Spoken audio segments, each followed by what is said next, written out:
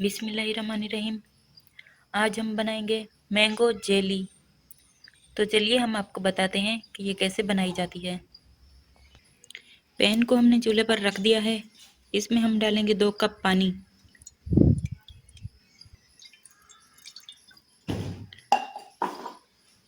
और अब हम पानी को उबालेंगे। अब ये पानी उबल रहा है तो इसमें हम ये डाल देंगे।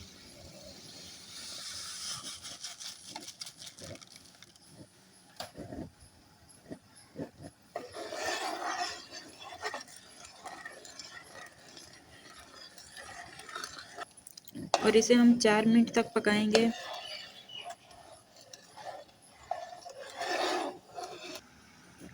इसे 4 मिनट हो चुके हैं और इसे हम एक बर्तन में निकाल लेंगे।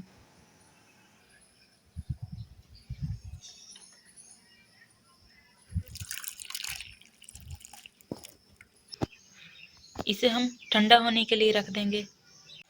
अब ये ठंडी हो चुकी है, मैंगो जेली तैयार हो चुकी है। अगर आपको ये वीडियो अच्छी लगी हो तो आप हमारे चैनल पाकिस्तानी क्रंच को सब्सक्राइब ज़रूर करें। हमारी इस वीडियो को लाइक करें, शेयर करें, कमेंट में ज़रूर बताएं आपको ये वीडियो कैसी लगी।